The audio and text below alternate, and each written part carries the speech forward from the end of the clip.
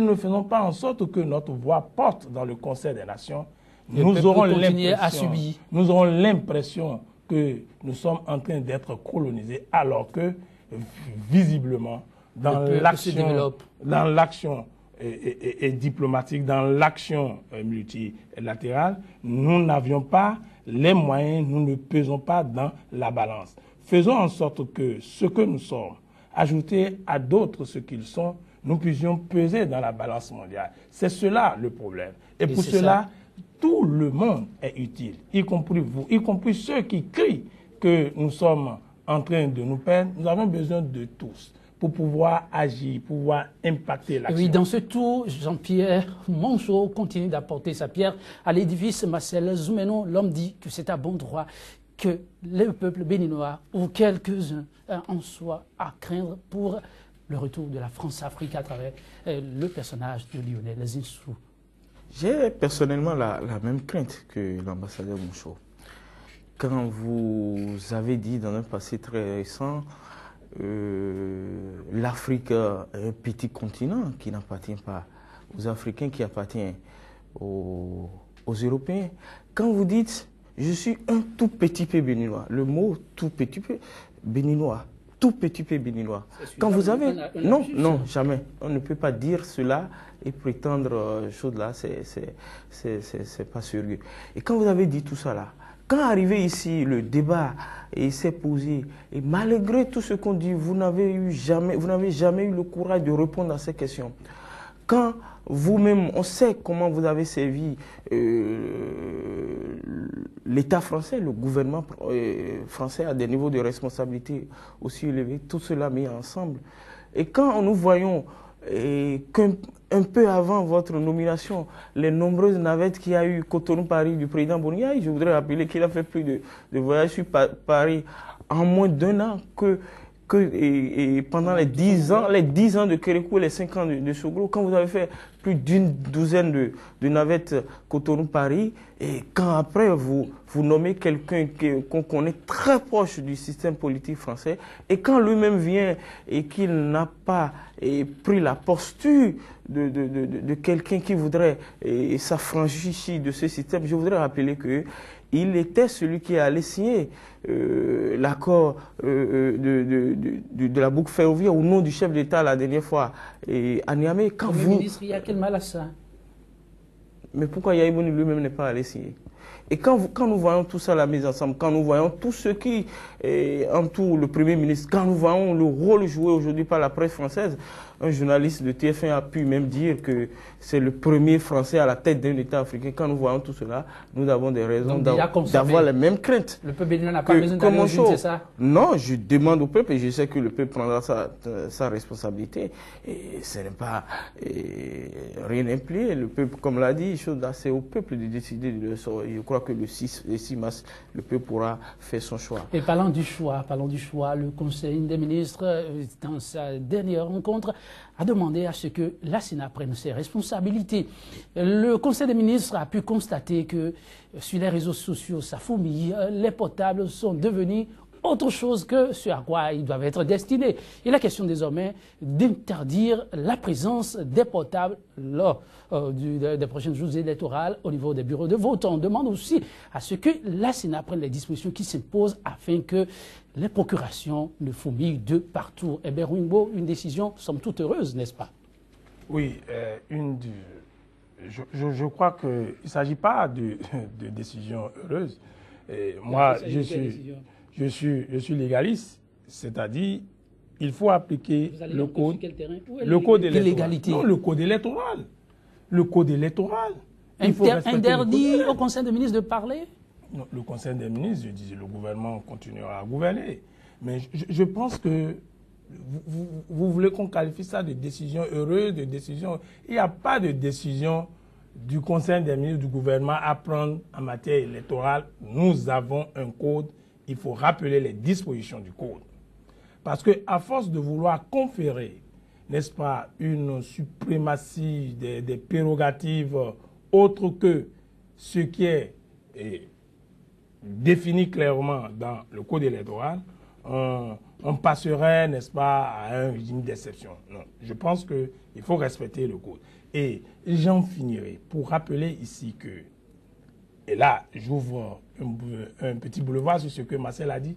Moi, j'aurais préféré que, quand on parle de recolonisation, qu'on puisse nous dire les manifestations de la recolonisation, les effets, comment cette recolonisation va se produire ou bien se manifester. Sinon, le fait de lancer recolonisation, moi, je veux comprendre. Moi, je voudrais comprendre. Je vous invite pour le prochain débat, ce serait avec l'analyste financier, j'imagine, Béton, qui doit être à l'écoute et amplement, il vous donnera les éléments d'appoint. Mais par rapport aux décisions de la Sénat, du Conseil des ministres, dans le sens ou en direction de la Sénat, vous pensez que le gouvernement est en train d'outrepasser ses compétences?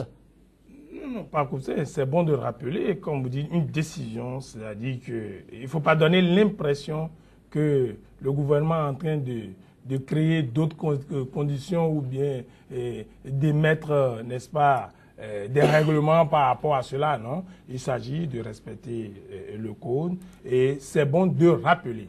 C'est bon de rappeler. C'est bon de sourcer. C'est bon, quand on prend une décision, de référencer par rapport au code. Et quand on le fait comme ça, tout le monde est à l'aise. Il ne faut pas donner l'impression que là où la loi a distingué, nous, le gouvernement est en train de distinguer encore autrement. Et je pense que, de ce point de vue-là, c'est bon de rappeler ces dispositions pour que la transparence, qui est un principe à valeur constitutionnelle chez nous, puisse être de mise pour cette élection que nous attendons de vive voix pour renforcer une démocratie, certes chancelante, bien qu'elle soit âgée de 25 ans. Marcel Zoumenou, le gouvernement est très préoccupé par ce qui se passe actuellement sur le terrain et veut prévenir du pire. Bon, je dirais la même chose que Hébert. Et le code électoral a prévu comment utiliser les procurations. Je ne sais pas pourquoi le gouvernement va sur ce terrain. Et encore que, pour ce qu'on a appris, c'est lors des dernières élections législatives, c'est la nébuleuse FCB qui a beaucoup plus abondamment utilisé les procurations. Je voudrais rappeler qu'il y a plus de 10 000 procurations en Bantais, idem pour la commune d'Adjoum. Et donc, je ne sais pas pourquoi c'est le gouvernement qui alerte sur ceci. Deuxième chose, l'utilisation des potables. Lors des dernières élections, c'est une décision qui avait déjà été appliquée. Et donc, il n'y a rien de nouveau. Je voudrais demander au gouvernement de laisser la Sénat faire son travail. Le code électoral a prévu presque toutes ces choses et de laisser la Sénat, de lui donner les moyens. C'est la Sénat qui est chargée de l'organisation matérielle de l'élection. Le gouvernement est chargé de la sécurisation du scrutin par le biais des forces armées et donc qu'il reste dans ce rôle au lieu d'aller sur le terrain. Une dernière chose pour finir, je voudrais rebondir sur le sujet de la recolonisation. Bien, ne sommes pas voir les manifestations, mais moi je voudrais insister pour dire que j'y vois les manifestations quand on amène à 6 mois d'une élection présidentielle un produit français, un homme de culture française qui est... Béninois, s'il vous plaît. Un Béninois de nationalité, mais un homme de culture française. Ça, j'insiste pour le dire, cette chose-là. Et qu'on l'amène à 6 mois des élections et que ça donne l'impression qu'on veut le parachuter, que lui-même tient un discours qui ne rassure pas. Et je crois qu'il y a des raisons de croire que la recolonisation est en train de revenir. Ceux qui pensent et le disent n'ont pas trop tort. Une argumentation tout aussi fragile qu'on peut broyer avec une coquille d'œuf. Parce que le fait d'évoquer, n'est-ce pas, un homme de culture française, la preuve c'est que nous faisons notre débat en français, nous ne faisons pas en langue. Et que dans notre constitution, le français est la langue du travail. Moi, j'aurais préféré que ceux qui disent, moi, je veux être convaincu. Soyez rassurés, vous serez satisfait dans très peu de jours. Oui, que le débat, je pense, évolue. Évolue et qu'on donne des éléments. Moi, je vais être convaincu de sa manifestation dans un contexte de mondialisation, que l'on puisse nous dire, vous pouvez, pour ce cas, moi je vous suggère, il y a, n'est-ce pas, les forces de gauche qui l'évoquent, mais invitez pour qu'on puisse voir ça se fera.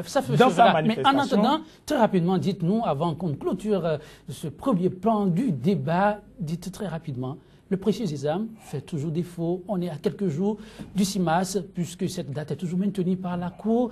Et il y a encore des départements, pas un seul, qui n'ont pas encore de cartes d'électeurs. Qu'est-ce qui risque de se passer? On va toujours avec les 2 cartes? Oui, puisque le juge, la Cour constitutionnelle, qui est juge du contentieux, qui est aussi juge de régulation, a indiqué ses voies. Nous sommes obligés, par respect à nos institutions, de suivre. Cela suppose que les départements où les gens n'ont pas eu les cartes nouvelles, que dans ces départements-là, les gens peuvent utiliser les anciennes cartes. Il paraît qu'il y en a qui sont déjà dans la nature depuis fort longtemps, ces anciennes cartes. Il faut craindre. Vous savez, la preuve est la rançon du droit. Et moi, je ne veux Sans pas preuve, être... il vaut mieux oublier. Je ne veux pas être le vecteur, n'est-ce pas, de rumeurs. Merci bien à vous, Hébert Mouimbo. Quand on avance quelque chose, qu'on puisse apporter des arguments d'appoint. Pour assurer Marcel l'opinion Soumelou, publique. on y va avec les 2 cartes incontestablement si la date du 6 mars est maintenue. En tout cas, à l'heure où nous parlons, cette date est maintenue par la Cour constitutionnelle. Ça va se jouer comment, à votre avis? Je ne sais pas si techniquement la structure de production des cartes pourra finir avec, je crois, 3 ou 4, les départements du Zou, Colline et puis Monokoufo. Je crois aussi qu'il y a... Une bonne partie de l'Atakora. De l'Atakora aussi. Je ne sais pas si le temps qui reste, ça reste 3 ou 4 jours, il pourrait finir tout ça là. Ça me paraît invraisemblable. Il ne faut pas s'inquiéter. Il y a les autres cartes qui sont là. Oui, mais c'est ce système de double emploi qui va créer la confusion. Et je crois que tout a été créé, tout a été fait exprès pour créer la confusion. Ça fait des mois que le COS-LEPI a été installé. Ça fait, le chef d'État a extraordinairement convoqué le corps électoral depuis mai. Et je n'ai pas compris que malgré tout ça là, on soit là encore à parler de cas de l'été ou qui ne sont pas produits. Même c'est le samedi qu'on a commencé dans l'OME. Et donc, voilà la situation. Moi, je crains qu'on est en train de créer une confusion autour de ce problème des cartes. Le Bénin parviendra-t-il à aller aux urnes sans anicroche? Dans peu de jours, on sera situé. Pour l'instant, le débat se poursuit 100% Bénin. Et c'est l'instant dossier du jour. Au cœur du dit dossier, la question de l'emploi des jeunes. Problématique de l'emploi des jeunes. Comment sortir la jeunesse de l'engrenage infernal? 2 invités pour en débattre, le porte-parole du candidat SG, donc Lama Balo, et le responsable à la mobilisation du collectif Lionel Zissou, Eric Dogo. Mais avant, je vous propose une nouvelle revue des titres des journaux. C'est toujours avec Kodovi à Métonon qui déjà s'installe. Tout de suite, on va le retrouver juste après ce générique. Nous sommes les descendants de Bionza. Nous sommes les descendants de Bioguera, nous sommes les descendants de Gizo, nous sommes les descendants de Kaba, nous sommes les descendants de Tofa, nous sommes les générations pour une gouvernance républicaine. Nous sommes tout simplement GGR.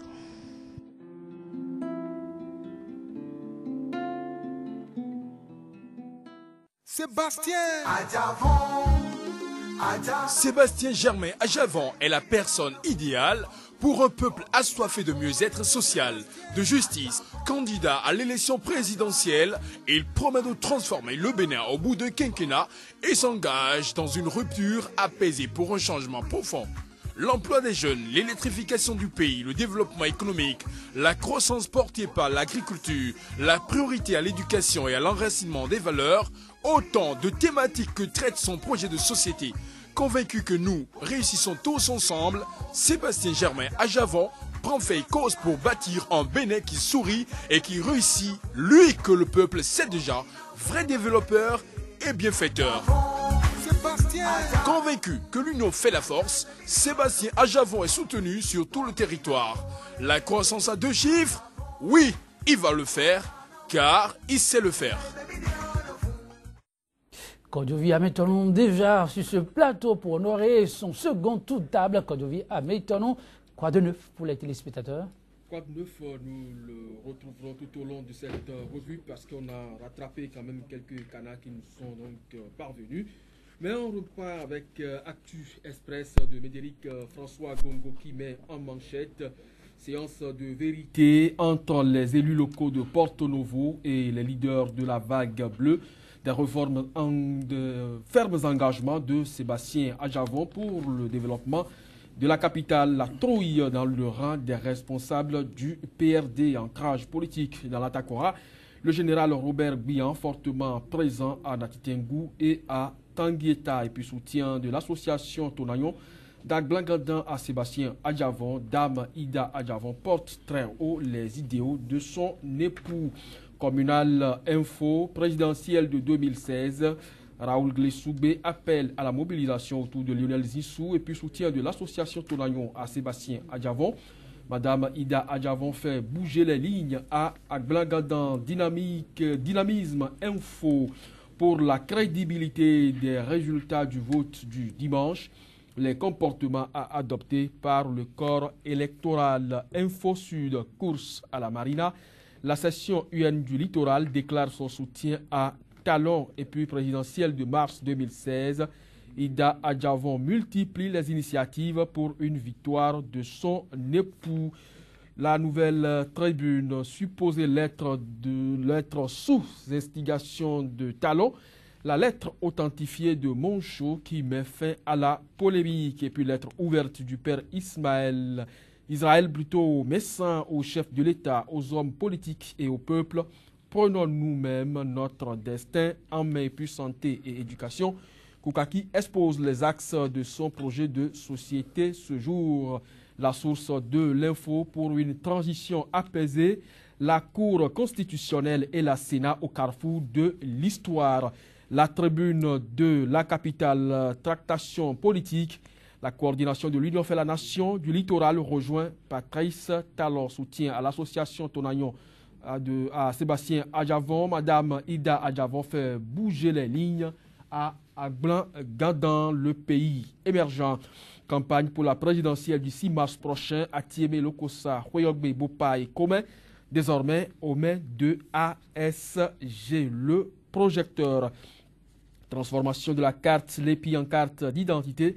Le gouvernement déjoue vaste complot de fraude électorale, le soleil levant. Manœuvre frauduleuse dans le cadre du prochain scrutin présidentiel. Un vaste réseau d'étrangers en possession des cartes d'électeurs démantelées à Savalou. Et puis campagne électorale dans le département du Mono. Le trio Domingo, Tossou, Glago, Boucle, Hweyogbe pour le chantre de la vague bleue, puis soutien de l'association Tonayon à Sébastien Adjavon. Madame Ida Adjavon verrouille Aglangadan et empoche la clé, le télégramme. Corruption électorale, l'achat des cartes d'électeurs a commencé. Nous retrouvons l'événement précis pour poursuivre. Campagne électorale en grande pompe au profit du Premier ministre. La vague rouge de Zissou envahit tout le Bénin. Mbedi et branle Porto-Novo pour le candidat.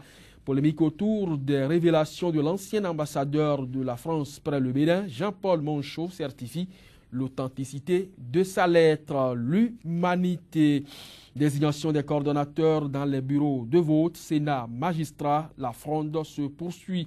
Et puis l'élection présidentielle de mars 2016, la lettre de Moncho qui fait couler beaucoup d'encre et de salive à Cotonou. Libération ce soir sur l'URTB télévision et radio. Le grand rendez-vous de Pascal Koupaki avec le peuple béninois, compte rendu du Conseil des ministres du 25 février dernier. La carte d'électeur fait désormais office de carte d'identité nationale. L'opinion aujourd'hui, soutien de l'association Tonayon à Sébastien Adjavon. Ida Adjavon fait bouger les lignes à Aglangadan et puis Conseil des ministres du 25 février. Les cartes LEPI deviennent des cartes d'identité nationale. Nord-Sud quotidien pour le développement du Bénin.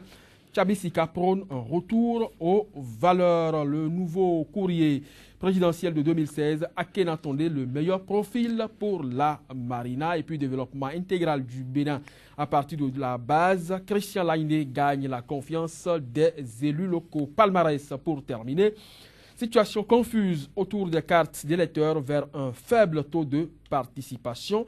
Et puis, rôle de l'Église pour une période électorale apaisée après de Souza et Ganti, gagner devant l'histoire. Et si l'Église se montre vraiment nette et travaille pour la paix, Joël Yetondi, ce sera donc tout pour la revue de ce matin. Merci bien à vous, Kodjovi Ametonou. Chers téléspectateurs, le débat se poursuit sur 100% Bénin et ce sera juste après ceci. Sika TV fait escale au Bénin. Pendant toute la période électorale, retrouvez désormais sur notre chaîne panafricaine un programme matinal dénommé 100% Bénin, exclusivement consacré à l'actualité sociopolitique au Bénin. Pendant 2 heures, la politique, les questions de société et les grands dossiers de l'heure seront décryptés avec des éditorialistes, des professionnels des médias, des acteurs politiques et membres de la société civile. 100% Bénin sur Sika, c'est une fenêtre ouverte sur l'actualité au Bénin du lundi au vendredi de 7h à 9h, heure de Cotonou. 100% Bénin, c'est désormais sur Sika, le vrai visage de l'actualité en Afrique. Retour sur ce plateau avec le dossier du jour. Au Bénin, ce n'est que secret de polichinelle. Le taux de chômage est de plus en plus croissant et touche majoritairement les jeunes qui constituent plus de 60% de la population. Avec un taux de croissance qui bat toujours de l'aile, la mayonnaise peine à prendre. Problématique de l'emploi des jeunes, un fonds de commerce pour les acteurs politiques au véritable casse-tête a donné du fil à retordre. De l'engrenage infernal, comment en sortir la jeunesse? Pour en parler, j'ai sur ce plateau le porte-parole du candidat ASG, donc Lama Balo, et le représentant de la mobilisation du collectif Lionel Zinsou, Eric Dogo. Chers invités, bonjour. Bonjour. Bonjour Joël, bonjour à tous les téléspectateurs. Merci pour votre disponibilité de vos divers projets de société. Des initiatives grandeur nature pour la jeunesse, il y en a à foison, on est à la limite sidéré pour qui les parcourt. Mais concrètement, pour ceux qui vous écoutent et pensent que c'est rien que du laïus, du déjà vu, qu'est-ce qu'on propose? Je me retourne vers Eric Dogo. Qu'est-ce qu'il faut retenir concrètement pour cette couche juvénile qui n'y croit plus? Alors, d'abord, il faut considérer que Lionel Zinsou considère que le chômage est une perte pour l'économie. Et parce que c'est une perte pour l'économie, c'est aussi un fardeau pour les familles qui investissent dans la formation. Et ce n'est pas juste. Et il dit, l'emploi est un dû. Notre génération doit à la jeunesse un emploi, un métier et des emplois. Alors, quand on a dit ça, on a posé le contexte. Nous partons du principe que la phase où l'État recrutait dans la fonction publique, cette phase est terminée. Et qu'aujourd'hui, on doit accompagner les jeunes dans la formation, on doit les accompagner en les aidant à créer des entreprises, à être à être des entrepreneurs, et c'est ainsi que Lionel Zinsou envisage de régler la question du chômage au Bénin. Donc, Lama Balo, je me retourne vers vous pour la même question. Concrètement, qu'est-ce que la jeunesse peut vraiment espérer? Merci beaucoup pour l'opportunité que vous nous donnez de parler de la jeunesse dans le projet de société de Sébastien Germain-Javon. Je dois vous rassurer d'abord pour vous dire que la vague bleue se porte très bien, à merveille. Et chaque jour que Dieu fait, eh bien, la vague continue, n'est-ce pas, d'emporter. Oui, c'est important parce que la couleur bleue, c'est la couleur, n'est-ce pas, de la paix, de la puissance, du pouvoir. Et donc, c'est une couleur qui rassure. Et cette couleur veut rassurer la jeunesse béninoise. Parce que quand on parle d'emploi, Monsieur Sébastien Germain-Javon n'est pas un nouveau venu dans ce domaine. Vous savez très bien que c'est un opérateur économique prospère et qui sait très bien ce que c'est que l'emploi, puisqu'il en a créé des milliers et des milliers dans notre cher et beau pays, le Bénin. Il faut faire le constat d'abord de l'échec des politiques en matière d'emploi par rapport au gouvernement du docteur Thomas Boniaï, qui est le gouvernement qui porte M. Lionel Zinsou. Et donc, pour nous, c'est une continuité, n'est-ce pas? Alors, l'échec, pourquoi? Parce qu'aujourd'hui, vous voyez, plus de 5 millions de jeunes qui sont dans le chômage. Et vous avez 2 750 000 à peu près qui sont vraiment dans un chômage chronique. Et tout ça, pourquoi? Tout ça parce que l'environnement d'investissement n'a pas été, n'est-ce pas, favorisé, ou bien l'environnement ne favorise pas les investissements privés. Parce que justement, le gouvernement qui nous a dirigés depuis 10 ans méconnaît sa signature sur certaines choses. Et vous devez pouvoir être d'accord avec moi que lorsque vous ne rassurez pas l'investisseur qui crée l'emploi, eh bien, vous ne pouvez pas l'amener à investir chez vous. Lorsque vous avez un environnement d'affaires qu'on ne sécurise pas, parce que l'État ne reconnaît pas sa signature, parce que l'État aujourd'hui peut vous faire des promesses et ne pas les tenir, aucun investisseur ne peut venir investir dans votre pays. Or, ce sont les privés qui investissent, ce sont les privés qui développent l'activité économique, ce sont les privés qui créent l'emploi. Ce n'est pas votre premier défi, c'est sécuriser d'abord rassurer les privés. pour que l'investissement se fasse dans notre pays. Parce que l'État ne peut pas continuer à recruter n'importe comment. Vous avez vu un peu comment on recrute dans la fonction publique. Même à quelques jours de la fin d'un mandat, on recrute abondamment dans la fonction publique. Aucun test l'interdit, à ma connaissance. C'est une question de raison. Vous ne pouvez pas, à 2-3 mois de la fin de votre mandat, recruter 12 000 enseignants. Vous ne pouvez pas recruter des douaniers. Non, l'État continue, mais vous savez très bien comment les recrutements se font dans notre pays. Et je n'ai jamais entendu le candidat Lionel Zinsou se prononcer sur les scandales qu'il y a dans le domaine du recrutement à la fonction publique. Alors, la fonction publique, c'est un instrument au service de l'administration. Mais les jeunes ne peuvent pas tous travailler dans la fonction publique. Moi, j'ai été formé à l'École nationale d'administration et de magistrature. Je ne travaille pas pour l'État. Et donc, je pense que, et ça, le candidat Sébastien Germain-Javon le dit clairement, tous les secteurs d'activité aujourd'hui doivent impulser la création de l'emploi. Que ce soit dans la santé, dans l'éducation, dans la culture, puisqu'on parle d'économie de la culture, dans le sport, eh bien, l'emploi est transversal pour la jeunesse. Et je crois qu'il a donné les preuves, n'est-ce pas, de la création d'emplois. On sait, tout le monde sait au Bénin, puisque nous le connaissons, et il nous connaît. Et donc, il a donné la preuve qu'il est un créateur d'emplois. Je ne le vois pas à la tête du Bénin ne pas créer suffisamment d'emplois. C'est pour ça que sur ce terrain, nous, on est très rassurés et très sereins. Monsieur Sébastien Germain-Javon a des projets spécifiques pour la jeunesse en termes d'emploi. Je l'ai précisé tout à l'heure. Éric Dogo, je rebondis sur une phrase que j'ai entendue de la bouche de l'oncle Amabalo, qui voit votre candidat dans la continuité. C'est vrai, beaucoup de reproches au candidat, non, au chef de l'État actuellement en exercice sur le plan de l'emploi. Vous voyez, vous accompagnez un candidat qui va s'inscrire dans ces logiques. On parle de beaucoup de torts faits à la jeunesse, beaucoup de saupoudrage. Qu'est-ce que vous en dites? Alors, première chose, M. Abalo a parlé de l'environnement. Je pense que c'est parce que cet environnement est aussi mal organisé que ça a permis, ça a favorisé l'éclosion d'un certain nombre de personnes sans vraiment d'éthique dans les affaires. Je crois qu'il faut le dire. Ça a favorisé aussi des situations de monopole où on ne peut plus exister quand on n'est pas un gros importateur. Je crois qu'il faut le dire et quand on veut parler de l'emploi des jeunes, il ne suffit pas de donner des slogans. Il faut être dans la réalité. Et en fait, Lionel Zinsou, il n'a rien à prouver par rapport à ce défi face à la jeunesse.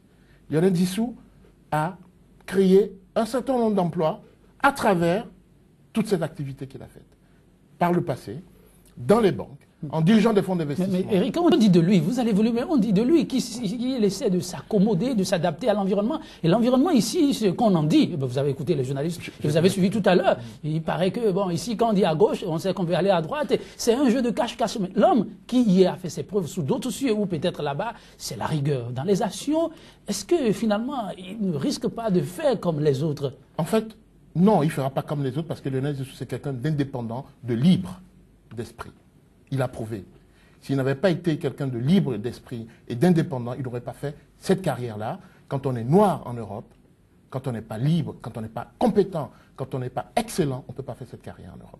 Et ça, il faut le savoir. Il ne faut pas craindre qu'il se confond à la masse très rapidement. Il ne peut pas se confondre à la masse. C'est ça sa force. Parce qu'il n'est pas corrompu, il n'est pas tenu par certains réseaux béninois. C'est un homme qui sera libre à la tête du Bénin. Et je crois que la jeunesse doit l'entendre, ça.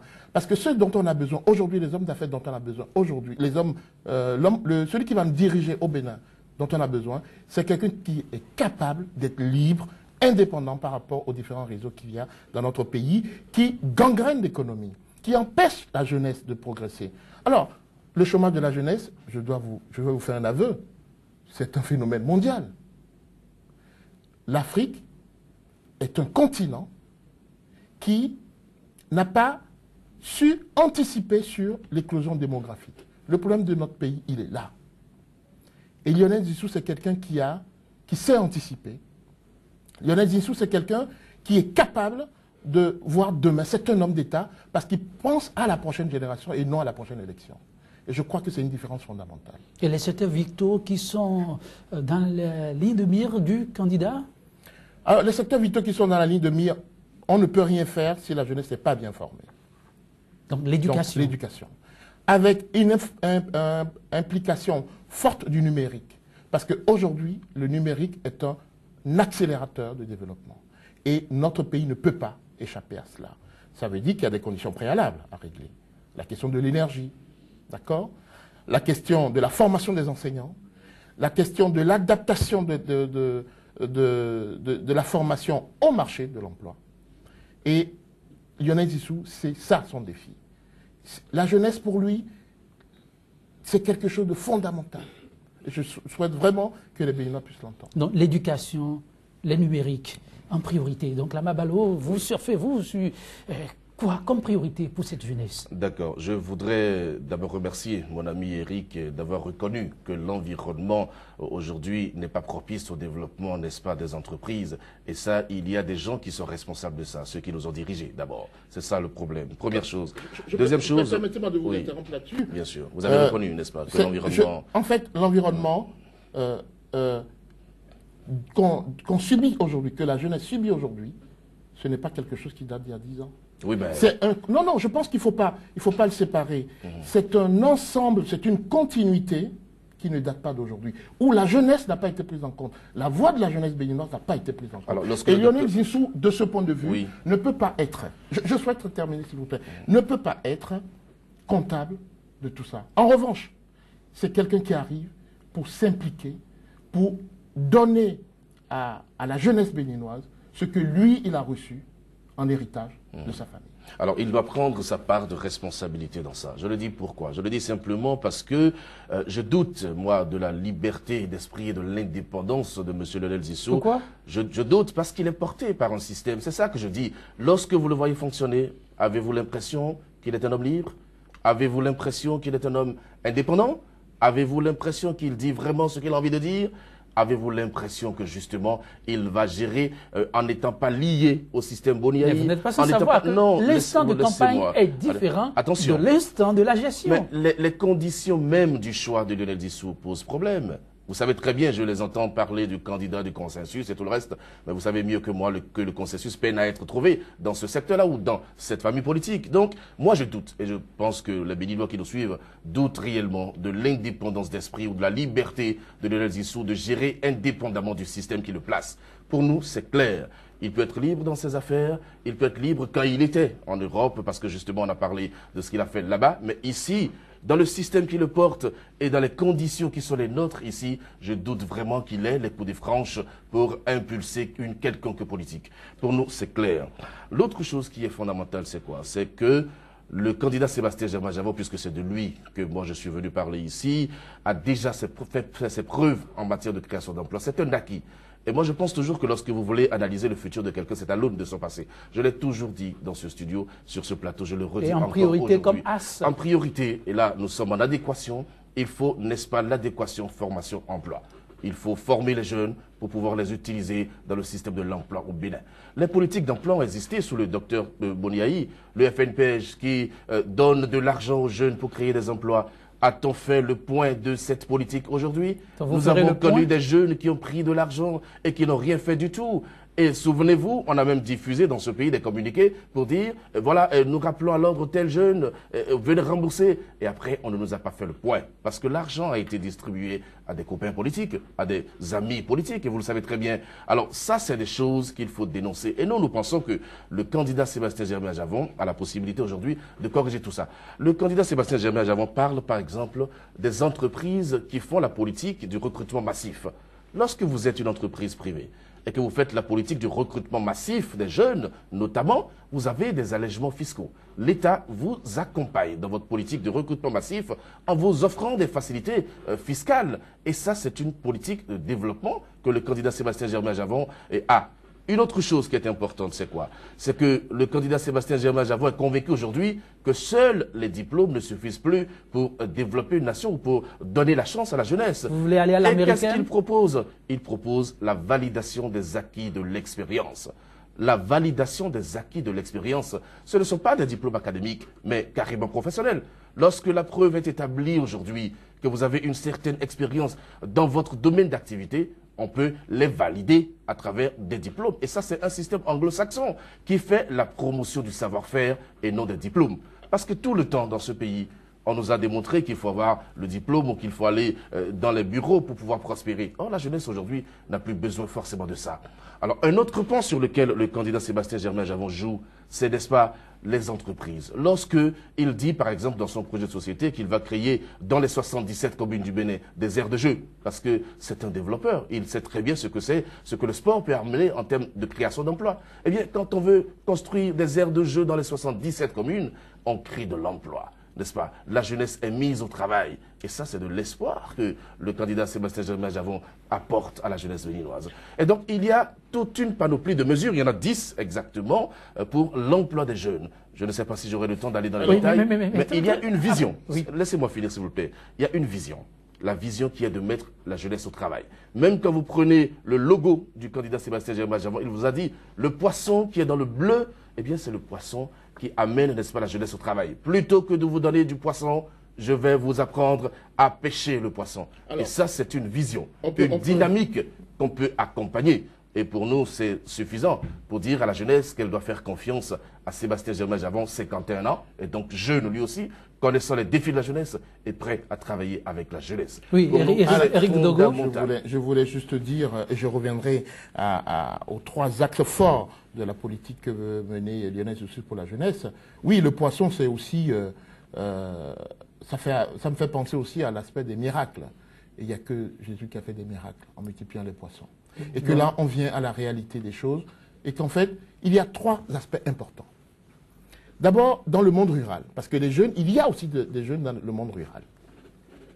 Lionel Zinsou propose donc d'accompagner, de financer des projets agricoles pour ces jeunes qui sont dans le monde rural, parce que très souvent, quand on parle de la jeunesse, on pense à la jeunesse urbaine. Donc, d'abord, dans la jeunesse rurale, telle qu'elle est, faire une carte de la fertilité des terres pour accompagner les jeunes. Financer à travers une banque agricole les projets agricoles de la jeunesse. Ça, c'est pour le monde rural. Je passe rapidement, mais parce qu'il y a un certain nombre de points. Pour le monde urbain, donc la jeunesse urbaine, qui est importante aussi, j'ai abordé tout à l'heure l'aspect de la formation, mais c'est accompagner aussi, vraiment financer les entreprises, accompagner aussi les entreprises à travers des aides pour le recrutement de la jeunesse. Je crois que l'État doit prendre aussi sa part dans l'emploi des jeunes. Et qu'une chose est de financer les entreprises et créer des vrais entrepreneurs, une autre aussi est que l'État prenne sa responsabilité parce que notre pays en a les moyens. Oui, notre pays en a les moyens, on ne peut pas en douter. Et le constat est sur le terrain pour ceux qui se jettent déjà à l'eau. On crie beaucoup à la fiscalité. Les conditions ne sont pas aussi aisées que ce que les politiques annoncent. Sur ces questions, je ne sais pas si vous êtes informé, donc la Mabalo, ce n'est pas facile d'entreprendre au Bénin. Vous avez pensé à la chose? Vous prêchez un convaincu. Nous sommes convaincus que ce n'est pas facile d'entreprendre au Bénin parce que justement, le candidat Sébastien Germain-Javon est dans l'entreprise au quotidien. Et il fait partie des opérateurs économiques qui ont été persécutés par le régime pour diverses raisons. Je ne suis pas là pour revenir sur les raisons de la persécution, mais lui, malgré la persécution subie pendant 2 ans et plus, il est resté au Bénin et il a lutté, n'est-ce pas? Il n'a pas fui, parce que pour nous, et comme en droit, la fuite, c'est un aveu. Lorsque vous fuyez, ça veut dire que vous vous reprochez quelque chose. Mais lui, de dénoncer ceux qui ont fui. Non, vous aurez la parole tout à l'heure. Je ne sais pas de quoi il parle. Moi, je suis. Non, continuez. Monsieur Eric aura la parole tout à l'heure. Oui. Je constate simplement que monsieur Sébastien Germain-Javon est resté sur le territoire national. Il est né au Bénin. Il a fait fortune au Bénin, il a élevé ses enfants au Bénin dans le système éducatif béninois parce qu'il fait confiance au système éducatif béninois et je suis sûr que lorsqu'il va décéder, il sera enterré au Bénin à côté de ses aïeux. Ça compte. Voilà, c'est important pour nous parce qu'il est lié à la terre. Et lorsque vous êtes lié à une patrie, vous faites des choses pour votre patrie parce que vous l'aimez, parce que vous l'adorez. Et aujourd'hui, on ne peut plus douter de l'amour que Sébastien Germain-Javon a pour le Bénin. Et donc, lorsqu'on a vécu tout ça, mieux que quiconque, on sait quels sont les problèmes du développement des emplois dans le Bénin, notre Bénin que nous avons et que le docteur Thomas Boliaye et tout son système ont contribué à détruire un peu sur les 10 dernières années. Même si par ailleurs il y a quelques espoirs donnés ça et là, mais nous constatons malheureusement que le système nous a conduits là. Donnez-moi un seul exemple d'une entreprise béninoise qui est prospérée réellement sous le mandat du docteur Thomas Boniaï. Et ce qui nous dérange un peu par rapport au candidat Lionel Zinsou, c'est lorsqu'il parle et qu'on lui parle de décisions de justice et qu'il dit qu'il fait même la différence entre des décisions de justice politiquement sensibles. Non, ça nous dérange. Parce que nous pensons que quand on parle de décisions juridiques politiquement sensibles, ça veut dire qu'on n'est pas prêt, n'est-ce pas, à suivre la justice dans les décisions qu'elle prend. Et l'exemple est là. Ça va impacter le développement, l'emploi des jeunes. Je prends le cas de Bolloré, par exemple. Lorsque on a pris une décision de justice pour arrêter les travaux, le gouvernement béninois s'est opposé à une décision de justice. Je n'ai pas vu le Premier ministre Lionel Zinsou réagir. En tout cas, je ne l'ai pas entendu. Jusqu'à la date d'aujourd'hui, je ne l'ai pas entendu. Et à un moment donné, par la pression populaire, les gens ont été obligés de stopper les travaux. Ce sont ce genre de comportement que nous voulons refuser. C'est pour ça que nous en appelons à la rupture. Et donc, mieux que quiconque aujourd'hui, le candidat Sébastien Germain-Javo connaît l'importance, n'est-ce pas, de l'investissement. C'est le président du patronat. Et donc, quand on parle du patronat, on sait de quoi on parle. Et il va rassurer les investisseurs. C'est important parce que le socle de la politique de Sébastien Germain-Javo, c'est le partenariat public-privé. Il faut aller là. Parce qu'aujourd'hui, l'État ne peut plus continuer à investir dans certains domaines. Il faut laisser cela aux privés qui savent mieux le faire, qui ont appris à le faire et qui savent justement développer les nations. Et ça, ce n'est pas M. Dogo qui me dira le contraire parce que c'est partout dans le monde que ça se fait. Éric Dogo, le partenariat public-privé s'est inscrit aussi noir sur blanc. J'ai parcouru le projet de société du candidat. Mais le problème que nous évoquons ici, ce sont ces jeunes qui ont accepté se jeter à l'eau, qui au bout de quelques mois, pour les plus téméraires, 2 ans, 3, ont dû fermer. Parce que les impôts, le fisc, on n'en pouvait plus. Est-ce que vous avez eu vent? Je rappelle que vous êtes béninois de la diaspora, mais très attaché au développement de votre nation. Vous accompagnez le candidat Lionel Zinsou. Est-ce que vous êtes informé de ces réalités? Et qu'est-ce qui est prévu pour éviter cela et encourager la jeunesse à entreprendre? Alors, je suis d'autant plus au courant de ça que j'ai aussi des entreprises au Bénin. Bon. Et que j'ai investi fortement dans ce pays pour former la jeunesse, pour les recruter, pour donner un salaire supérieur à la moyenne, parce que quand on paye correctement la jeunesse est efficace. Vous pensez aussi qu'il faut revoir le SMIC? Ça fait partie des questions. Même s'il s'agit pas, si on ne peut pas toucher immédiatement au SMIC, on pourrait imaginer que l'État accompagne la jeunesse à travers un certain nombre d'aides, parce que nous avons les moyens de ça. Je voudrais revenir sur l'aspect de l'amour pour le pays. Je crois que je dis là à tous les auditeurs, à tous ceux qui nous écoutent, on n'aime pas autant son pays que quand on est à l'extérieur. À l'extérieur, le besoin est plus accru. Quand on vit à l'extérieur, quand on travaille à l'extérieur, on n'aime pas autant son pays. Parfois, je dirais même, on aime plus son pays. Parce que quand vous êtes noir à l'étranger, on vous le rappelle tous les jours. Que vous n'êtes pas d'ici. Que vous n'êtes pas de là. Lionel Zinsou, s'il avait été blanc, il aurait eu une autre carrière. Et je le dis, que celle qu'il a eue jusqu'à présent, qui est exceptionnelle pour nous les Noirs en Europe. Pour nous, c'est un exemple de quelqu'un qui aime son pays. Et je voudrais que l'amour du pays n'est pas le monopole de M. Sébastien Diabon.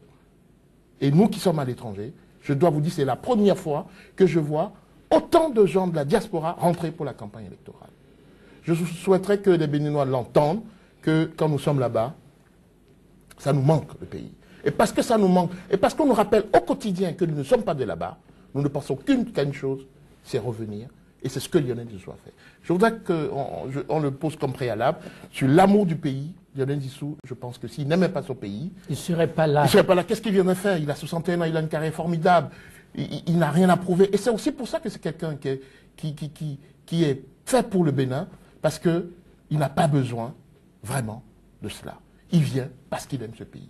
Entendez-le et entendons-le tous ensemble. Et pour cette jeunesse qui continue de s'interroger? Alors, pour cette jeunesse qui continue de s'interroger, quand on parle des impôts, on paye beaucoup d'impôts. Moi, je dois vous dire, en Europe, c'est autour de 47% de taux de prélèvement obligatoire. Quand vous gagnez 100 francs, vous reversez 50 à l'État. Mais le problème de la jeunesse, c'est quoi? Il faut qu'elle sache à quoi servent ces impôts. Quand vous payez des impôts et que vous avez des routes qui sont toujours cabossées, quand vous payez des impôts et que quand vous allez au CNHU, pour vous soigner, on vous donne d'abord une facture à payer, vous vous dites, mais à quoi servent les impôts? Et c'est aussi un changement de mentalité de la part des Béninois. De se dire que les impôts, ça sert à quelque chose. Et Lionel Zissou, il est le mieux placé pour pouvoir démontrer ça à la jeunesse. Alors, qu'est-ce qu'il veut faire? Donc, des mesures incitatives, justement par rapport à la jeunesse, pour les accompagner. Parce que les jeunes sont trop seuls. Ce qui a été fait par le passé, ces 20 dernières années, Lionel Zissou n'en est pas responsable. Je dois rappeler quand même qu'il a conseillé beaucoup de ces hommes politiques. Je peux témoigner que beaucoup défilaient dans son bureau à Paris pour prendre des conseils. Il se trouve que maintenant, il a décidé lui-même de pouvoir faire ce qu'il a conseillé aux gens qui n'ont pas été capables de faire. Il veut le faire. C'est ça, Lionel Zissou. Lionel Zissou, Sébastien Adjavon, assez d'initiatives et de propositions. Oui, je vais vous donner une minute, mais avant, il y a un courrier qui ne nous est pas venu, dont je n'en doute pas, vos candidats ont eu copie aussi. Il s'agit d'une société ici qui fait des merveilles, il faut le reconnaître, il s'agit de ATCIB, une maison qui emploie des main-d'œuvre qu'on ne saurait ignorer, au niveau du monde rural qu'au niveau des jeunes qui ont un diplôme et qui ne savent pas où donner de la tête. Voilà une entreprise qui demande depuis des mois, pour ne pas dire des années, avoir de la matière première, mais en vain. Aujourd'hui, la maison est presque à bout de souffle et menace de fermer sa porte. Le courrier a été adressé à la plupart des candidats et sur ce plateau, je suis tenté de vous demander si cela vous laisse un peu indifférent ou déjà des mesures sont en train d'être prises pour voir comment intervenir sur ce dossier que le gouvernement finissant a connu plus d'une fois, mais sans suite favorable. Donc la Mabalo. Bien, merci beaucoup. Avant de parler de ATCB, il est important de dire certaines choses. Vous savez, la notion de l'amour pour le pays n'est peut-être pas la même, enfin je parle pas de la notion, que mon ami Éric Dogo. Quand vous aimez votre pays, vous vivez dans votre pays, vous vivez les bonheurs et les malheurs des gens de votre pays, n'est-ce pas? Et vous êtes intégrés. C'est ça. On peut aller chercher ailleurs et apporter. Je vais vous donner un exemple simple. Le président burkinabé Thomas Sankara, pour moi c'est un patriote, mais le président Sankara savait qu'on le tuait, n'est-ce pas, le jour où on le tuait. Il est resté dans ce pays et il est mort pour son pays, n'est-ce pas? Vous le et lorsqu'il a pris le pouvoir, vous avez vu tout ce qu'il a fait? Non, c'est un exemple, entre autres. Donc pour moi, l'amour pour le pays, ce n'est pas de rester loin, d'être persécuté, de revenir après pour dire on est revenu parce qu'on aime. Non, quand on aime, on reste avec et on vit avec les bonheurs, les malheurs et tout le reste. Pour moi, c'est important de le dire. Et je constate, M. Dogo fait l'aveu de ce que la diaspora est revenue en masse pour la campagne électorale. Voyez-vous, la diaspora est revenue. Jamais de mémoire de Béninois, on a eu autant de Béninois de la diaspora revenus pour la campagne. Non, moi je pense que on ne peut pas. Il faut appuyer, il faut appuyer. Oui, d'accord. Je dis la diaspora. Il l'a dit. Moi, je le prends juste au mot. Mon ami, donc là, non, sur la diaspora, on est en débat, on peut essayer d'échanger là-dessus. Bien sûr. Sur la diaspora, vous savez très bien combien contribue la diaspora dans le développement de ce pays? Dites-nous. Moi, j'ai un ami, Antoine Seco, qui a fait une étude par rapport à ça. Alors il y a eu même dans ce pays un sommet. Sans la diaspora, oui, mais dites-nous exactement quel a été l'investissement. Sans la diaspora, la contribution de la diaspora par an est estimée à 3 milliards. D'accord. Mais géré comment? Attendez. Non. La contribution de la diaspora aux familles, parce qu'on n'oublie pas nos familles. D'accord. Vos familles? Non. Vous avez dit vos familles, je termine. Allez-y. À nos familles. Oui. Et M. Lionel Zissou n'a pas oublié non plus son pays. Je voudrais dire que c'est un afro-optimiste. Je crois que s'il n'y avait pas des gens comme Lionel Zissou, M. Adjavon n'aurait peut-être pas pu investir comme il le fait en France. Pourquoi je dis ça? Allez-y. Parce que c'est le chantre de l'afro-optimisme. Parce que c'est l'un des rares à dire que l'Afrique est le continent qui n'est pas le continent pauvre. Et je crois que c'est aussi quelqu'un qui a permis qu'on regarde les hommes d'affaires africains différemment. Et si M. Adjavon a pu faire tout ce qu'il a fait, c'est vrai que c'est quelqu'un que j'admire par sa ténacité, par son courage. Sauf que des gens comme Lionel Zissou, là-bas, ont aussi contribué au développement de ces hommes d'affaires. Je voudrais qu'on le dise et que le peuple... Tout à fait. C'est énorme, dans la balance. Je vous remercie. Ce montant-là, donc la je vous remercie pour avoir reconnu la ténacité, n'est-ce pas, et le caractère battant, bagarreur de M. Sébastien Germain-Javon. Mais dites-vous, les Français, lorsqu'on investit chez eux, ils ne regardent pas la couleur de la peau. c'est l'investissement, c'est une question d'intérêt. Et donc, si vous pensez que c'est parce que M. Sébastien Javon a pu investir en France, c'est parce que M. Lionel Zissou y a peut-être pris une part ou bien a favorisé cela. Non, je vous dis non. C'est parce que, justement... Non, je parle de ce... Je parle, par exemple, quand on est noir... Écoutez-moi, s'il vous plaît. Quand on est noir, je veux vous parler aussi des choses que vous ne savez pas. Non, ne dites pas. Vous savez que quand on est noir en France, je vous donne... J'ai des cas, quand on est noir en France, parfois, même vous avez de l'argent pour acheter un appartement, le syndic de copropriété peut s'y opposer. Ce n'est pas la même chose. Non, ce que je veux dire, c'est qu'il s'agit d'un investissement dans un domaine. Il ne suffit pas d'avoir de l'argent pour faire.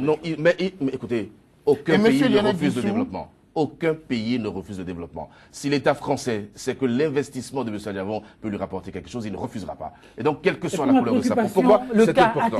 Alors, pour votre préoccupation, écoutez, personne ne peut se réjouir de la situation. Moi, j'ai lu ce courrier, c'est important. Si aujourd'hui, les jeunes qui dénoncent la situation de ATC Beko sont dans cette situation, c'est la responsabilité de qui? Il faut situer les responsabilités. C'est la responsabilité de nos dirigeants, de ceux qui nous dirigent et de ceux qui nous proposent M. Lionel Zissou pour la continuité. Moi, je ne peux pas... À quoi avoir avec ce dossier? C'est justement le cheval gagnant du système Boniaï. Et c'est ça qui nous dérange. Écoutez très bien les Béninois.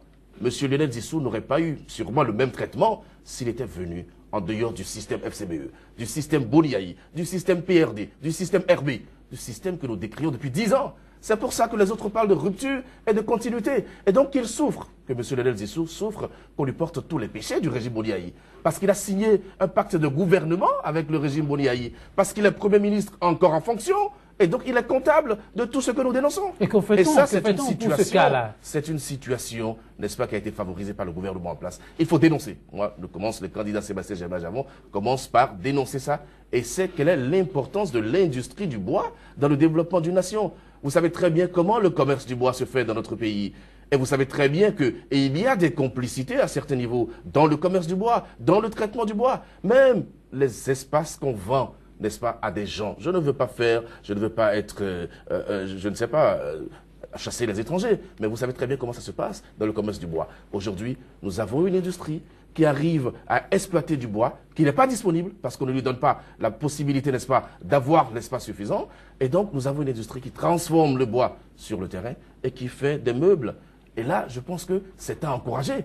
Et donc, je ne comprends pas aujourd'hui qu'on ne puisse pas encourager ce genre d'entreprise, qu'on n'ait même pas du bois à la disposition de l'entreprise pour qu'elle travaille normalement, alors que c'est une entreprise au régime fiscal béninois. Et ça, c'est des choses à dénoncer. Et le candidat Sébastien Javon sur cette question est catégorique. Il faut encourager les entreprises qui créent de l'emploi. Il faut encourager les entreprises qui utilisent, n'est-ce pas, la matière première locale pour réaliser des choses pour nous et pour les autres. Voilà. Éric Dogo, sur le dossier.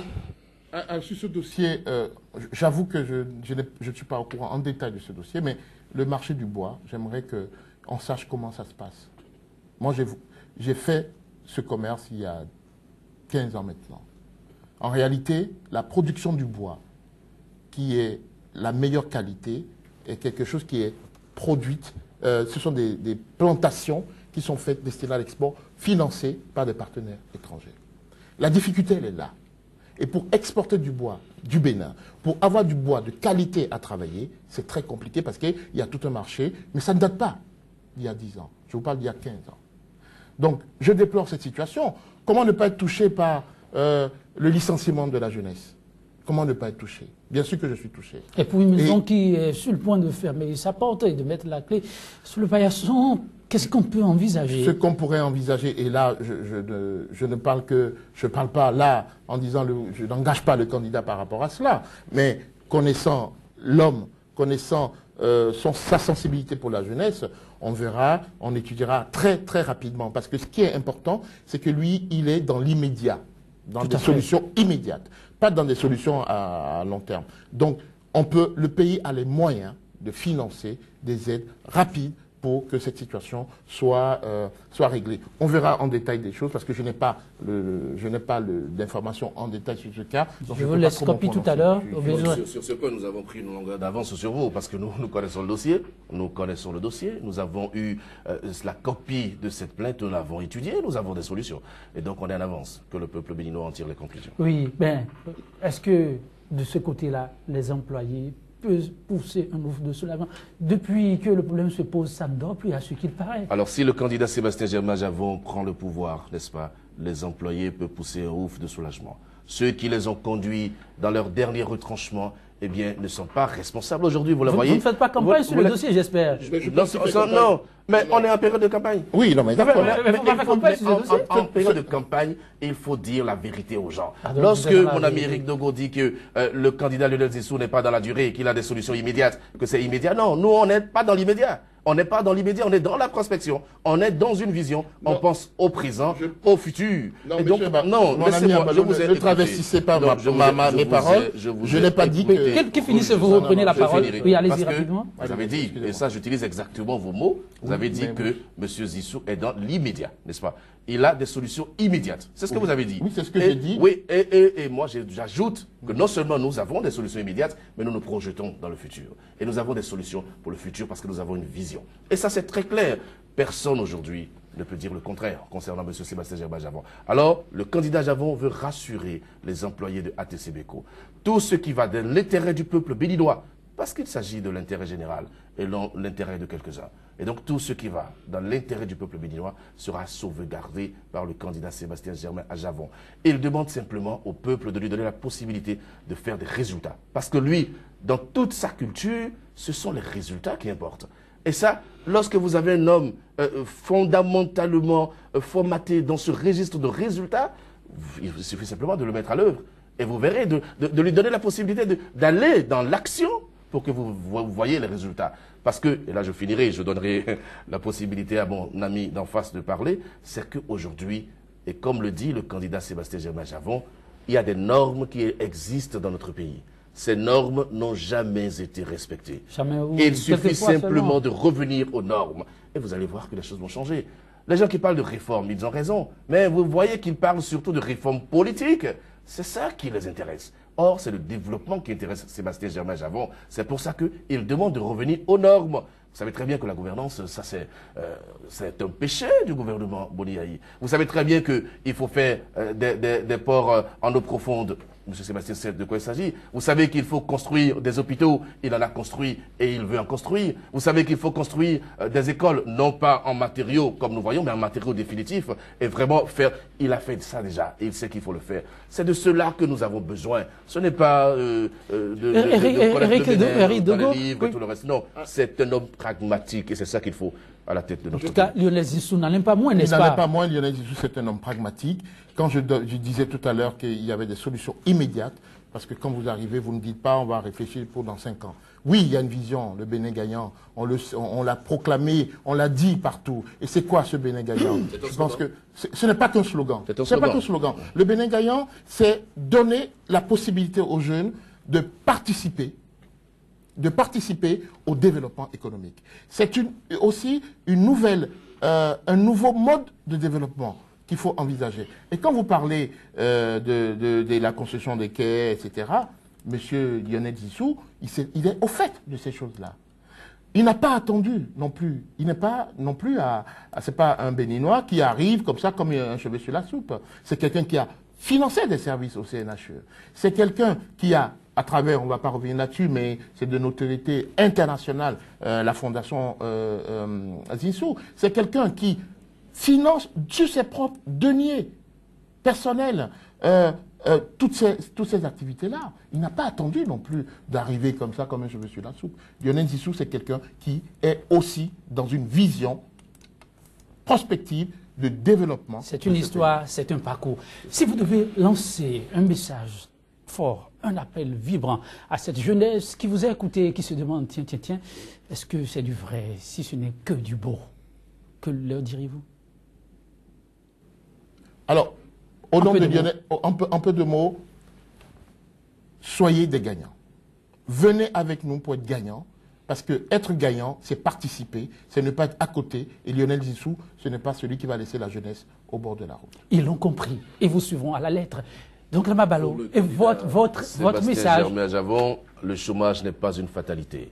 Et nous, non seulement nous sommes pour la jeunesse et avec la jeunesse, mais avec nous, la jeunesse a déjà gagné. Nous ne sommes pas dans une vision de gagnant. Nous sommes dans une vision de personnes déjà dans le gain et dans l'espoir. Et donc le candidat Sébastien Germain Javon est un candidat de l'espoir qui vous connaît et que vous connaissez très bien. Et vous connaissez l'homme, vous savez très bien quelles sont ses potentialités, vous savez très bien qu'est-ce qu'il sait faire. Et c'est important, n'est-ce pas, de continuer à lui faire confiance. Car il dit qu'avec la jeunesse, n'est-ce pas, il peut développer une nation. Pour finir, le candidat Sébastien Germain Javon pense que quand la jeunesse a froid, c'est le monde qui tremble. Et donc, il faut empêcher la jeunesse d'avoir froid. Mesdames, Messieurs, vous l'avez compris, eh bien, ce sont là des visions que deux candidats ont pour la jeunesse en matière d'emploi des jeunes. À vous de faire votre opinion et de prendre la décision qui s'impose. Parce que ne pas agir, c'est aussi agir contre soi-même. Mesdames, Messieurs, cette émission prend fin, sur cette citation d'Henri-Frédéric Amiel. Prends garde de ne laisser passer la jeunesse sans lui avoir donné